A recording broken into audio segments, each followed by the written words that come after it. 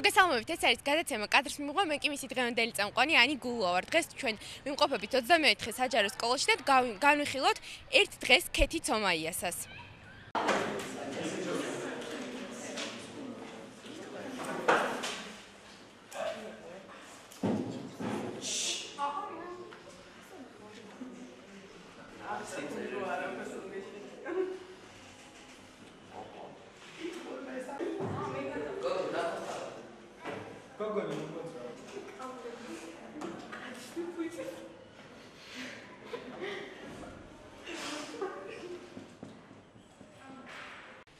გამარჯობათ, მოგესალმებით.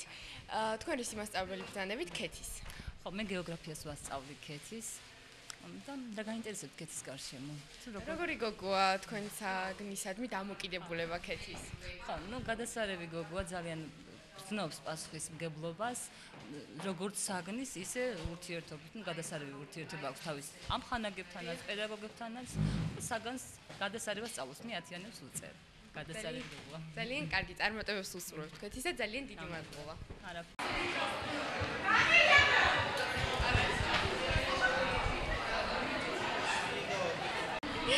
ჩვენ გავესაუბრებთ ახლა ქეთის მეგობრებს, როგორი ბავშვია ქეთი და რა დამოკიდებულება გაქვს მასთან? ქეთი არის არაჩვეულებრივი ადამიანი, ტელევიზორ კვირიკედან გავიცანით ერთმანეთი 24 სკოლაში აგვარჩიეს, ერთად წვეთით გადაცემით და რა ვიცი, ეს არის თბილი, ყველაზე თბილი ადამიანი და ყველაზე კარგი მეგობარი მყავს მისი სახით და ვფიქრობ ესეთი მეგობარი, რა ვიცი, ცოტა არ იყოს ძნელი საშონია, რადგან რა ვიცი, თავიანთ დამოკიდებულებით და მეგობრებთან ხასიათის ჩამოყალიბებით ცოტა ისეთია, რა ვიცი, არაჩვეულებრივია ეს სულიერ სიტყვის მნიშვნელობით. კარგით, აი ქეთის კლასელი დავინახეთ და თუ შეიძლება დაგვიხასიათეთ ქეთი რამდენიმე სიტყვით, როგორი დამოკიდებულება გაქვს მასთან? მეგობრული რა თქმა უნდა. ძალიან გვყავს, ცოტა კომუნიკაბელურია, ცოტა ნერვული და ძალიან კარგი ბავშვია. ძალიან დიდი მადლობა. შენ როგორც ვიცით, ქეთის დაქალი ხარ, ხო? საუკეთესო დაქალი ვარ და ალბათ დიდი ხანია, ხო ეგრე? კი, ძალიან დიდი ხანია ვდაქალობ, ძალიან კაი მეგობრობა გვაქვს, თვითონაც ქეთი ძალიან კაი ბავშვი არის. არ უყვარს უსამართლობა, შეუძლია უსამართლობის გამო რაღაც ყველაფერი გააკეთოს, რომ დაამტკიცოს. რა ვიცი, ყველას უსურვებ, რომ ესეთი მეგობარი. ძალიან დიდი მადლობა. ესენი იყვნენ ქეთის მეგობრები. ქეთი, ჩვენ ვართ ახლა შენ სკოლაში, ვესაუბრეთ შენ მასწავლებლებს, შენს მეგობრებს და ახლა შენ მოგვიყვევი ორიოდე სიტყვით შენი სკოლის და შენი მეგობრების შესახებ. ესე იგი, მე 24 სკოლაში ვსწავლობ პირველი კლასიდან, ძალიან მიყვარს ეს სკოლა, იმიტომ რომ ჩემი ცხოვრების ძალიან დიდი ნაწილი უკავშირდება ამ კედლებს, ამ ყველაფერს, რაც აქ არის. პირველ რიგში კი, იმიტომ რომ ჩემი მეგობრები აქ არიან, რომელზეც აი გიჟდები, ძალიან მიყვარს ყველა მათგანი, მასწავლებლებიც ასევე და რა ვიცი, ძალიან ბედნიერი ვარ, რომ ესეთ გარემოში ვარ ამ სკოლაში. კარგი. ესენი შენი მეგობრები იყვნენ, ხო? დიახ. და შენი მასწავლებელიც, შენი საყვარელი საგანი თუ შეგიძლია დაგვასახელო? ჩემი საყვარელი საგანი არის ქართული ენა და ლიტერატურა, რომელსაც ჩემი დამიგებელი მასწავლის. ანუ ჰუმანიტარი ხარ? კი, შეიძლება ითქვას. ძალიან კარგი. საცხოვრ შორენადი ხარ? არა, 10 წუთის გზა არის საქვე პლეხანოვზე. ძალიან კარგი. კარგი, ახლა მოდი ჩვენ წავიდეთ შენთან სახლში და უფრო კარგად გავიცოთ შენი ცხოვრება.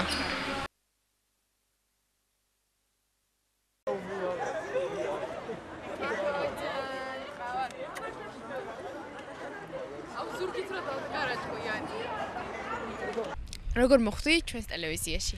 მამა გიორგი იყო მობრძანებული ჩვენთან სკოლაში და შეხვედრა გქონდა მასთან, რაღაც საინტერესო თემებზე ვისაუბრეთ და შემდეგ ასეთი წინადადება გამოთქვა, რომ ვისაც ტელევიზიაში სურდა ჟურნალისტად მუშაობის დაწყება, რა თქმა უნდა, ნომრები ჩაიწერა და ვისი საუბარი, ვისი აზროვნებაც მოეწონება და იმას დაუკავშირდებოდა და ძალიან ბედნიერი ვიყავ, როცა მამამ დამირეკა და მითხრა, რომ საცილ გადაცემაში მომავალი თაობა ჩამსვა, ჩავწეროთ 4 გადაცემა, აი, არ ვიცი, ძალიან კარგი იყო მართლა, ძალიან საინტერესო თემებზე ვისაუბრეთ. შემდეგ კიდე გადაირჩა ბავშვები და მოვხვდი უკვე 50 ბავშვი, რომელიც ჩაწერდა სხვა გადაცემებს უფრო სერიოზული. კარგი. სხვათა შორის პირდაპირ ეთერით წავიყვანე, ცოტა ნერვიულობდი. რამდენი ხანია ჩვენს ტელევიზიაში ხარ? სადღაც ერთი თვეა, უკვე 6 გადაცემა ჩავწერე, სტუმრებიც მოვიწვეთ და მხოლოდ მომავალ თაობაში? არა, წარმატების ფორმულაში. ძალიან კარგი და წარმატების ფორმულა, ანუ ჩვენ ვიცით, მაგრამ მაყურებელს რო გააცნოთ, აი როგორი ფორმატისაა? წარმატების ფორმულა შორის თავიდანვე ძალიან მომწონდა, მინდოდა ამ გადაცემაში და ძალიან გამიმართლა, რომ მე ამ გადაცემაში მოვხვდი, ანუ ვიწევთ წარმატებულ ადამიანებს, მას ცნობილ ადამიანებს? ცნობილ ადამიანებს. შემდეგ უსვამთ კითხვებს თავის ცხოვრებაზე, თუ როგორ მიაღწიეს წარმატებას და ვეკითხებით იმას, თუ რა არის მისთვის წარმატების ფორმულა, ნიჭი, თუ შრომის მოყვარება, თუ ხო და დღეს შენ ცხოვრებაზე ვისაუბრებთ ჩვენ. კარგი, სხვა შენ არიან ბავშვები, რომლებიც თვითონ ქმნიან გადაცემებს და შენ არა გაქვს ეგეთი აზრი, რომ შენთვის, ანუ შენით შექმნა გადაცემა. სხვათა შორის მინდა რომ ეს გადაცემა შეეხებოდეს სპორტს. ეხლა ვფიქრობ, რომ ანუ შევქმნა რაღაც გადაცემა, რომელსაც შემდეგ მამაოსთან შევათანხმებ, მაქვს რაღაც იდეები. ანუ სპორტთან დაკავშირებით მოვიწვიეს ცნობილი სპორტსმენები, უფრო სპორტთან დაკავშირებული ადამიანები, რომ საქართველოში ანუ ცოტა სპორტთან ხარ დაკავშირებული, ამას უკვე მომავალში გავიცნობით ჩვენ, როდესაც შენ სახლში მივალთ და რა მაინტერესებს კიდე შენი სამომავლო გეგმები ტელევიზიასთან დაკავშირებით? ჩემი სამომავლო გეგმები. აპირებ დარჩენას ტელევიზიაში და კვირიკეში დარჩენას ვაპირებ, რა თქმა უნდა, თუ გამომივა, მაგრამ რაღაც ჟურნალისტობა არ მგონია ჩემი მომავალ პროფესიად ავირჩიო. ალბათ ყველაზე მეტად ის მოგწონს, რომ ეს ტელევიზია იქმნება მოზარდებისათვის. რა თქმა უნდა, აი ეს არის დადებითი მხარე ამ ტელევიზიის, რომ მოზარდებისთვის არის ისეთ თემებზე ვსაუბრობთ, რომელიც ჩვენთვის არის გულთან ახლოს, ჩვენს ადკივარს გადმოვსცემ და სხვათა შორის ეკლესიასთანაც უფრო გვაახლოებს ეს არხი, რადგანაც კვირიკე მამაო მაინც ეკლესიასთან არის დაკავშირებული. რახან ეკლესიაზე ჩამოვარდა საუბარი, რომელ ეკლესიაში დაბრუნდებით? მე ბავშვობიდან წმინდა ნიკოლოზის ეკლესიის მრევლი ვიყავი, მაგრამ სამწუხაროდ ჩემი მამაო გარდაიცვალა და აი ეხლა თუნდაც ვარჯიშების გამო ვეღარ ვახერხებ, ძალიან მწვენია და სამწუხაროა, მაგრამ არა უშავს მაინც. ძალიან დიდი მადლობა და სკოლასთანაც არის ეკლესია, ცოტა ხანი აქაც დავდიოდი და ძალიან ბედნიერი ვარ, რომ ჩემ სკოლაში ესეთი წმინდა ის არის. ძალიან დიდი მადლობა. დანარჩენი გავაგრძელოთ უკვე. კეთი, მოკლედ გაგვაცანი დღევანდელი შენი გეგმები, რასაკეთებ ორშაბათობით? ესე იგი, როგორც სხვა დღეები, ასევე ორშაბათიც. დილას ვარ სკოლაში, შემდეგ მაქვს ვარჯიშის შემდეგ მეცადინეობ გაკვეთილებს და ყოველ დღე ერთმანეთს გავს მინდა გითხრათ. ვარჯიში დიდხანს გრძელდება ხოლმე? 4 საათი. არ იღლები მე? რა თქმა უნდა ვიღლები, მაგრამ ანუ სწავლა ძალიან მნიშვნელოვანია და ვარჯიშის გამო ეხლა მიდივარ ჩვენთან და ძმა ყავს. კი, მე მყავს 2 ძმა, ჩემზე პატარები. კეთი, მასწავლებლებთან დადიხარ კერძო? არა, სხვათა შორის მინდა გითხრა. შენ დახერხი ყველაფერს ძალიან კარგი. კი. კიდე რა მინდა რომ კითხო, საყვარელი საგანი კითხე ქართული. კი, ქართული ენა და რატომ ისე განსაკუთრებულად ქართული? რა მარტო დამრიგებლის გამო როგორც წეგნა? არა, რა ვიცი, ყველაზე საინტერესო არის ჩემთვის, მით უმეტეს ჩემი მშობლიური ენაა და ძალიან კარგი. ძალიან დიდი მადლობა. კეთი, რასაკეთებ თავისუფალ დროს? თავისუფალ დროს ვუყურებ საინტერესო ფილმებს, გადაცემებს, საინტერესო წიგნებს, ვკითხულობ, ასევე სტატიებს და შენი ჰობი რა არის? რადგან სპორტსმენი ვარ, ანუ სპორტის გარდა, რა ვიცი, მუსიკის მოსმენად შეიძლება ჩაითვალოს. ხორბერი. არა, სამწუხაროდ ამღერი ეს ჩემი აუხდენელი ოცნება არის, მართლა რომ მღეროდე. ძალიან კარგი. კიდევ რას გვეტყვი ეს შესახებ? იცი, ჩემს შესახებ. სპორტის გარდა მეტი არაფრით არ ხარ, არ უნდა დაკავო. ნუ კვირიკეში ვარ ჟურნალისტი. ასე მიყვარს. რატო დაგაინტერესა ამ საქმე? ფეხბურთი? დიახ. უყურებ ხოლმე? ვუყურებ. საყვარელი გუნდი? რეალ მადრიდი. ვუყურებ, სხვა შორის როცა დრო მაქვს დავდივარ დინამოს ან საქართველოს თამაშებზე, კი. რაგბი გიყვარს? რაგბიც მიყვარს. ან სპორტი გიყვარს საერთოდ? საერთოდ? უნდა ყველა სპორტის ყველა სახეობა ჩემთვის ძალიან საყვარელი არის. კიდევ ტევ კვირიკე ვახსენეთ, რატომ დაგაინტერესა? რით დაინტერესდი რომ აქ მოსულიყავი? ახლა ვახსენე და კიდევ ვიტყვი, ანუ ისეთი ახალგაზრდული ტელევიზია არის და ეკლესიასთან არის რა თქმა უნდა დაკავშირებული და ძალიან საინტერესო თემებზე ვსაუბრობთ. თან ბევრ ადამიანს გაიცნობ, შეხება გაქვს ასევე ცნობილ ადამიანებთან, მამაოებთან და სხვა რა უნდა აკეთო ჩემ ასაკში ადამიანმა თუ არა, ანუ მრავალფეროვნო ცხოვრება. მართალია. აი ხო ჩვენ მოვედით ქეთისთან სახლში, ქეთი გაგვაცნობს თავის დედმამიშვილებს, მშობლებს, რას აკეთებს იგი სახლში, მის თავისუფალ თუ დაკავებულ დროს სწავლობთ მის სპორტზეც, რას აკეთებს იგი, ფარიკაობს როგორც ვიცი, დღეს რა გაქვს ქეთი? დღეს ზოგადად ყველაფერი მაქვს, მაგრამ დღეს რაღაც პრობლემები გვაქვს და მხოლოდ ფარიკაობა და სირბილი. მე ვიცი შენ რომ მედლებიც გაქვს სახლში. დაჯილდოებულიც ხარ. ხო ძალიან კარგი ამ ყოველფერს გვანახებ. რა თქმა უნდა. ძალიან კარგი, მოდი ხა ჩვენ შევიდეთ ქეთისთან სახლში და რას აკეთებს იგი საერთოდ ნახოთ. ეხლა ჩვენ გავესაუბრებით ქეთის მშობლებს და დავიწყებთ დედათი. მოდით ყოველფერს მივყვეთ ქრონოლოგიურად და როგორი ბავშვი იყო ქეთი პატარაობაში. ქეთი ყოველთვის მიზანდასახული ბავშვია. პატარაობიდან, ბაღიდანვე გამოირჩეოდა თავისი წყლიანი ენით, ძალიან უყვარდა ცეკვა, ლექსები.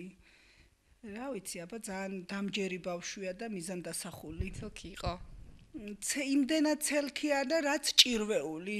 ყველაფერზე პრეტენზია ჰქონდა, დიახ. ცელქი არა, დამჯერი, მაგრამ ჭირვეული და რაღაც ისეთი, აი, რაიმე რო უნდა და ყოველთვის ტირილით გეტყოდა. რატო ტირი ხარ, ვეტყოდი, აი ის მინდა. მე მითხარი და ისე მოგაწოდებ, ისე შეგისრულებ, ოღონდ ნუ იტირებ, აი ემოციური რაღაცა, აი თავიდანვე ესეთი ბავშვი იყო. ქეთის არ მთქოს, რომ ცეკვაზე დადიოდა, რომელი ასაკიდან დადიოდა? ქეთი პირველ კლასიდან მე-7 კლასამდე ცეკვავდა ანსამბლ კავკასიონში, ძალიან კარგი წარმატებული ანსამბლი იყო. ქეთი და თავისი ძმა ორივე ერთად ცეკვავდნენ.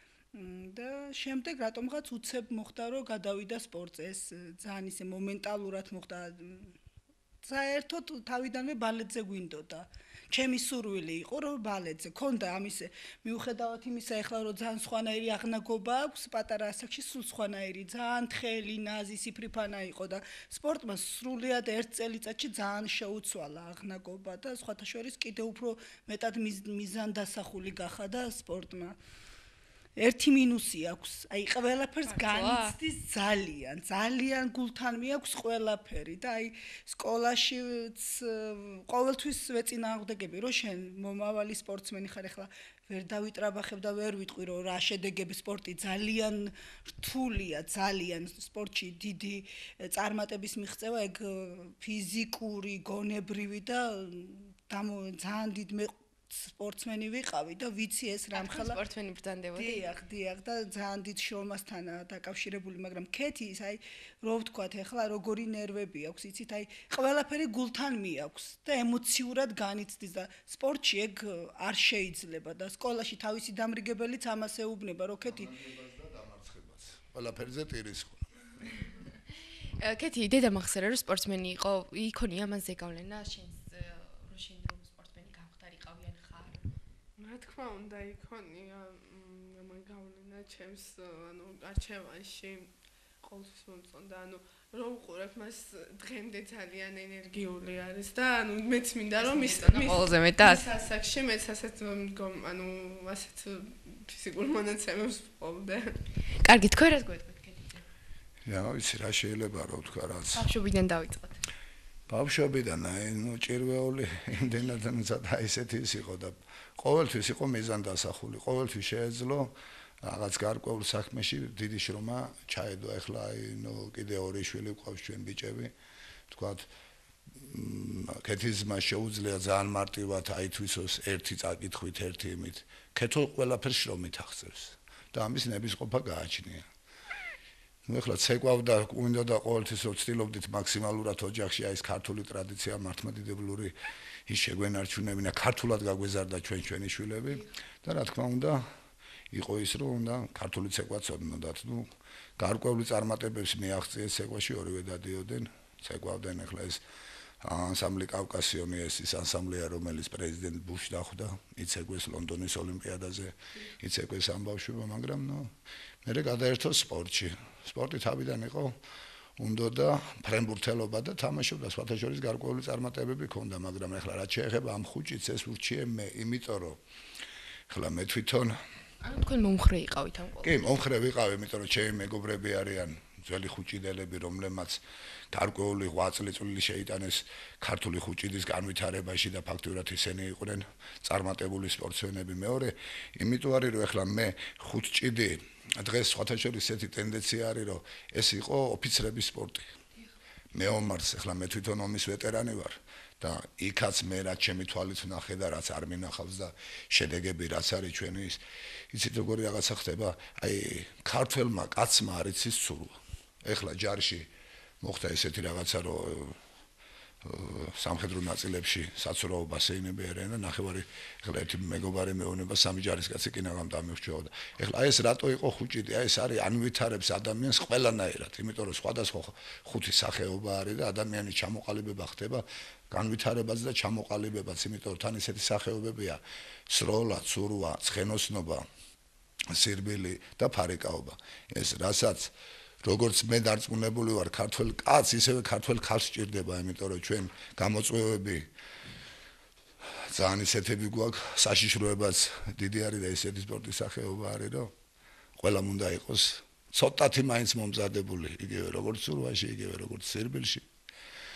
ეხლა დანარჩენს რაც შეეხება რა ვიცი მაქსიმალურად ცდილობს რომ რაღაც შედეგს მიაღწიოს ხასიათით ქეთი აი დღეს იგივე არის რაც ბავშვობიდან მოყვებოდა რომ არის მიზანდასახული შეუძლია შრომა არ დაიზარებს არ არის ზარმაციანი ზარმაცი ნამდვილად არ არის ყველაფერი რაც თუ რამე მისაღწევი არის და შეუძლია ის შრომა ჩადოს ნამდვილად არ დაიზარებს და ყოველთვის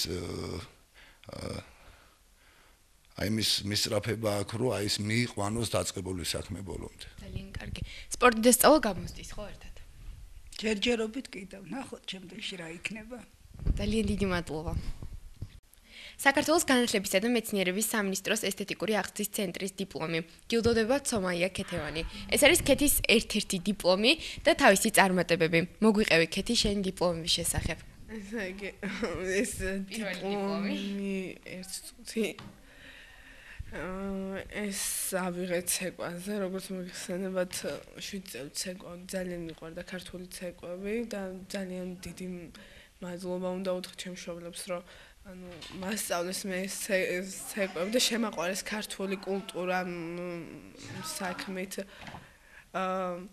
ძალიან ბევრი დიპლომი მაქვს აღებული ცეკვაზე. ძალიან ბედნიერი ვარ ამით.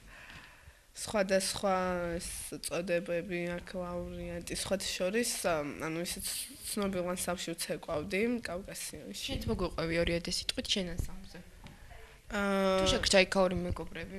მეგობრები რა თქმა უნდა შემრჩა. ძალიან კარგი მეგობრები, ასევე თვითონ ქორეოგრაფი ძალიან ცნობილი ანგული ქავთარაძე. სხვათა შორის ვიყავით თურქეთში ფესტივალზე, ესე მთელი მსოფლიოს ცეკვები იყო და ჩვენ ავიღეთ გრან-პრი, ანუ მოვიგეთ. ეს იყო ჩემი პირველი წარმატება, ჩემი მეგობრებთან. რამდენი წლის იყავი? 10 წლის ვიყავი, მაშინ თურქეთში ავიღეთ ბერგამაში და ძალიან ბედნიერი ვიყავი და ძალიან კარგი. ქეთი, რა მინდა გითხო, რამდენი წელი 7 წელი ცეკვავდი სულ, ხო? ანუ და რატომ მოხდა ესე უცებ, რომ ანუ გადაუხვიე გზას და სპორტის გზას დავადექი? ანუ ცეკვა ძალიან მომწონდა და მიყვარდა, მაგრამ ჩემში არ იყო. ანუ ჩემ თავს მოცეკვავით ვერ წარმოვიდგენდი, უფრო ბავშვობიდან მომწონდა სპორტი, მაგრამ ანუ ესე კერძოდ რომელიმე სახეობა ან მქონდა გადაწყვეტილი და როცა გამოჩნდა იმის შანსი, რომ შემეძლო სპორტსმენი გამხდარიყავი, დაუფიქრებლად გადავდგე ეს ნაბიჯი. და არც ნანობ და არ მგონია ცხოვრებაში როდის მე ეს ვინანო. აქ კიდევ მეორე დიპლომს ხედავ ეს. ესეც ცეკვის და აქ დაჯილდოებული ანსამბლი ლაშა გიორგის ესე წერია. სხვათა შორის ეს ანუ შემდეგ ცოტა ხანი ლაშა გიორგიში ვიცეკვე, მაგრამ ანუ სანამ თავს დავანებებდი ცეკვას, რამდენიმე თვე იქაც ვიცეკვე და მოვახერხე დიპლომის აღება. კარგი, მოიწყ გადავიდეთ სპორტული დაწესებულებათა გაერთიანება დიპლომი. აჯილდოებს ქეთევან ცომაიას ისევ. ეს იყო ჩემი პირველი შეჯიბრი ფარიკაობა, დაშინით ფარიკაობაში, სადაც ქალაქის პირველობას ავიღე მესამე ადგილი, ეს მედალიც გავიღე. ერთი ბედნიერი. რამდენი წლის იყავი? 15-ის ეს იყო შარშან ანუ პირველი შეჯიბრი იყო ეს ჩემი ფარიკაობაში და ერთი ქულით წავაგე ფინალში გასასვლელი. ძალიან დამწყდა გული, ძალიან ემოციურად მივიღე, მაგრამ ხო როგორც ახსენეს ემოციური ხარ? მესამე ადგილით მე მგონი ცუდი არ არის. ეს რისი დიპლომია თუ შეიძლება? ხარ მახსოვს მე მგონი ცეკვი? არ კი ცეკვი, ანუ ესე ცეკვასთან არის დაკავშირებული როგორც მე მგონი მუსიკალური ფესტივალი იყო, სადაც თქვენი ცეკვი. კი. კარგით, მოდი გადავიდეთ შემდეგ დიპლომზე, ესეც რა თქმა უნდა 24 საჯარო სკოლის კლასის მოსწავლე კეთი ჩორბანი. ეს მე მგონი უკვე სასწავლო. კი, ეს იყო ძალიან მიყვარს ბიოლოგია. სამწუხაროდ ქართულიო? მგონი. ანუ ქართული ყველაზე ძალიან, მაგრამ ბიოლოგიაც ერთ-ერთი ჩემი საყვარელი საგანი არის და ასეთი თემა იყო, უფრო სწორად თემა უნდა მოგვემზადებინა ასეთ სათაურზე. საქართველოს დაცული ტერიტორიები. ჩემო თემამ გაიმარჯვა და მივიღე ეს სიგელი.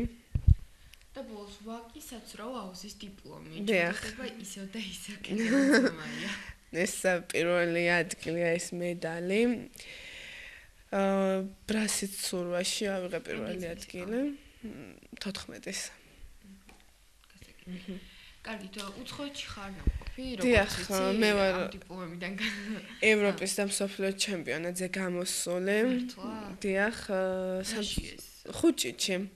სამწუხაროდ, ანუ ძალიან ძნელია ეგ წარმატების მიღწევა, მიუხედავად იმისა, რომ საქართველოში ანუ ერთ-ერთი მსოფლიო ჩემპიონატი იყო უნგრეთში, ტატაში და ევროპის ჩემპიონატი ბულგარეთში, სოფიაში.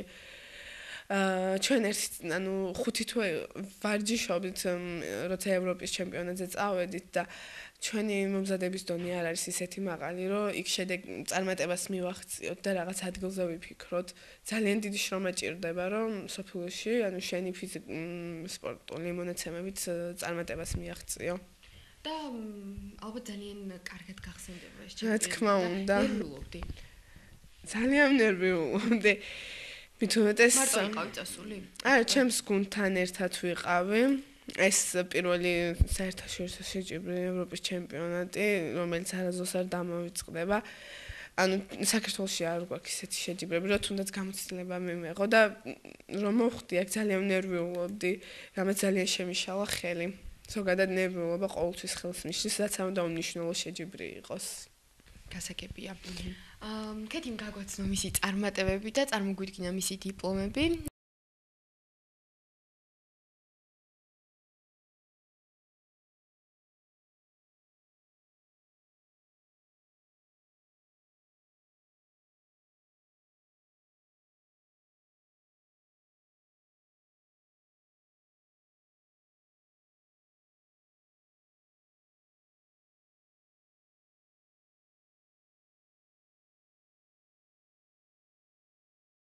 სახში ვერ მოსწარით კეთის ბავშვობაზე საუბარი და მოდი სანამ სპორტზე მივალთ და მივყვეთ ყველაფერს თავიდან ბოლომდე და მოგვიყევი კეთი შენი ბავშვობის შესახებ.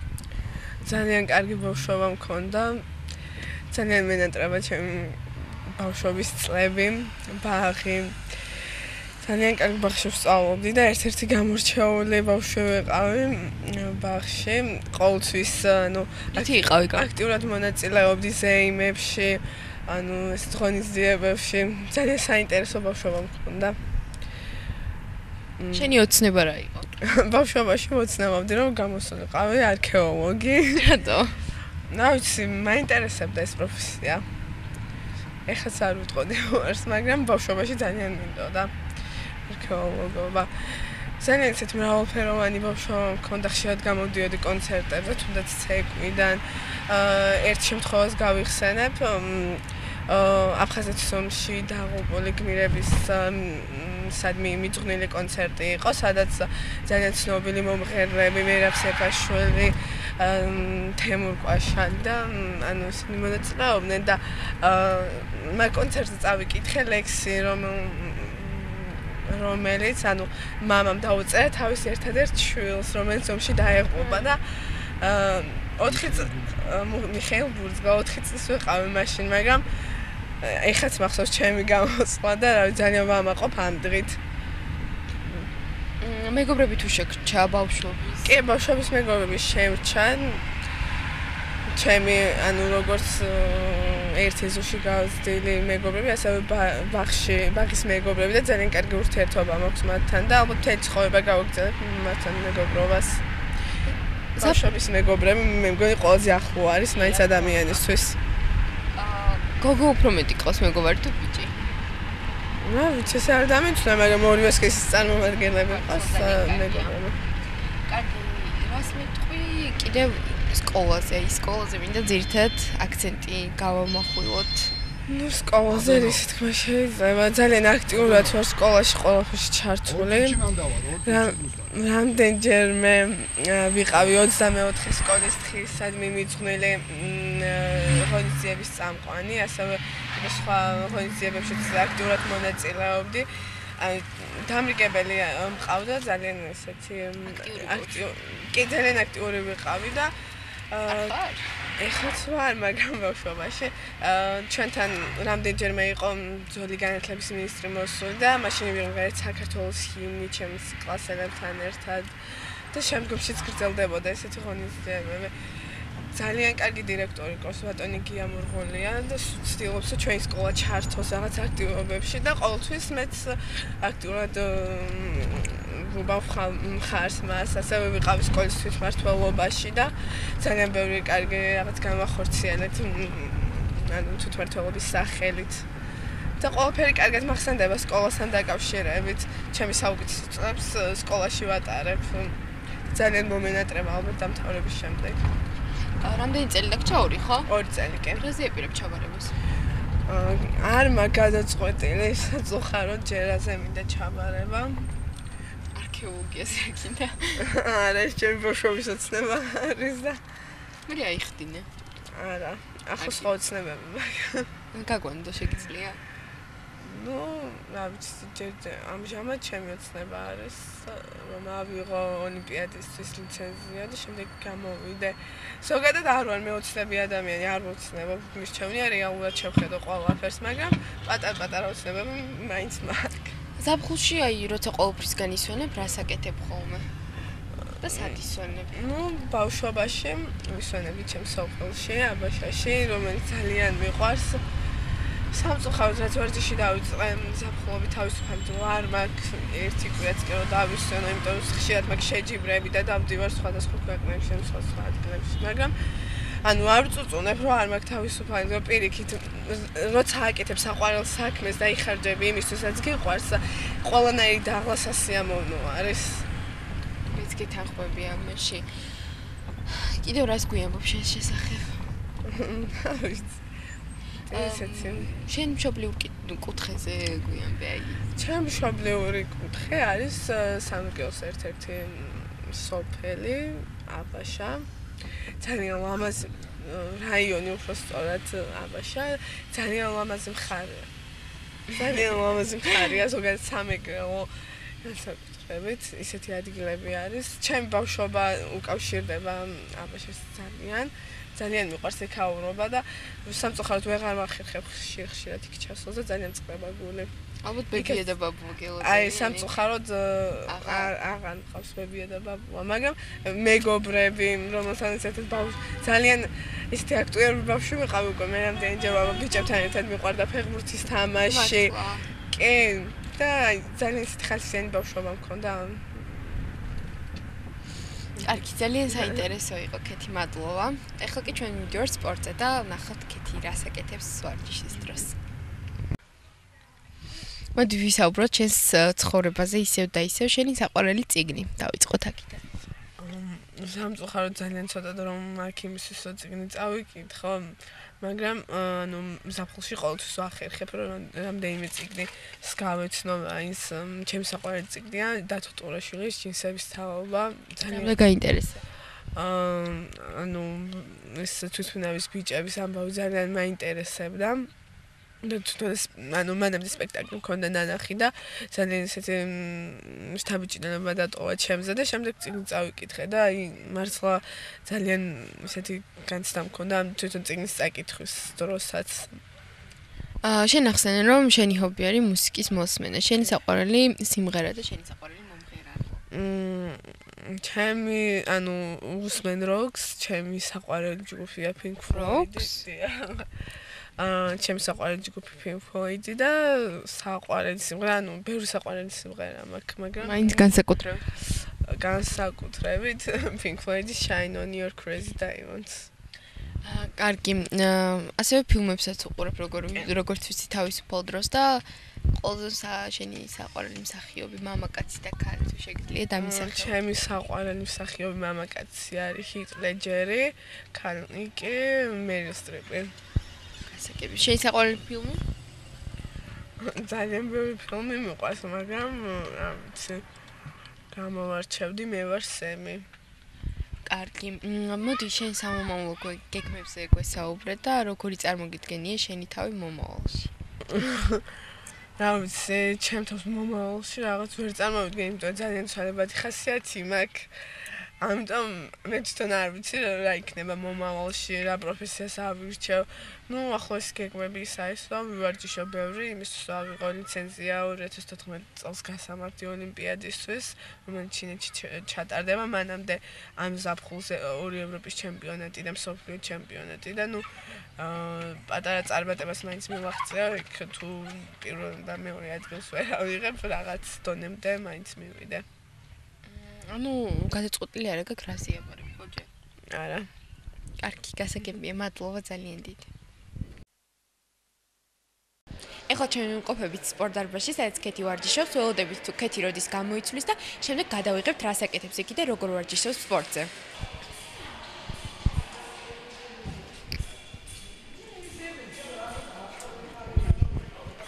ქეთა.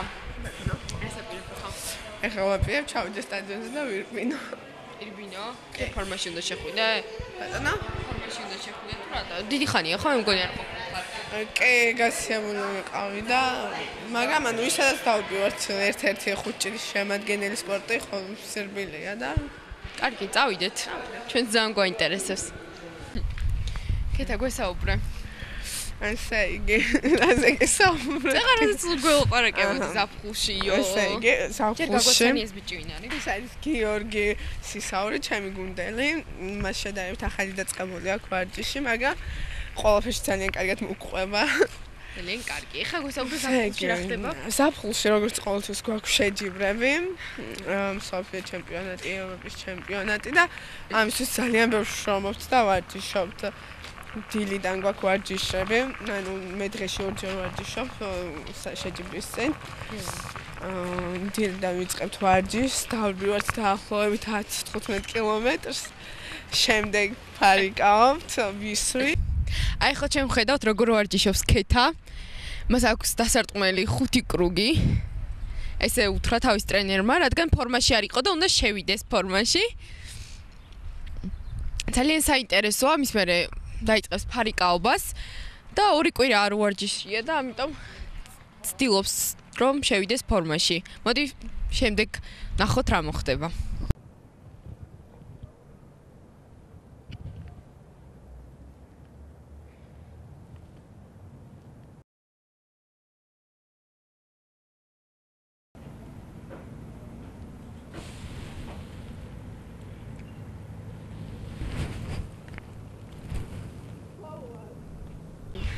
დაღლილი ქეთა ხა მოგვიყვება ფარიკაობის შესახებ. მიდის საფარიკაოდ და მოდი გითხარი ფარიკაობის წესები ქეთა. ესე იგი, ჩვენი 5 ჭირის ფარიკაობა და თვითონ ფარიკაობა ძალიან განსხვავდება ერთმანეთისგან წესებით, იმიტომ რომ ჩვენთან დრო გაქვს 1 წუთი და ფარიკაობა 17 წუთამდე დუბლი არ ითვლება, ფარიკაობაში კიდე სხვა წესებია. განსხვავებული არის და შეიძლება ითქვას, რომ უფრო ძნელია, იმიტომ რომ ჩვენთან თუ ერთი შანსი ვერ გამოიყენეთ ჩხვლეტის, იქ მეორე შანსი აღარ მოგეცემა, რომ ქულა მოიპოვო. ძალიან კარგი, წამოდით ახლა ნახოთ.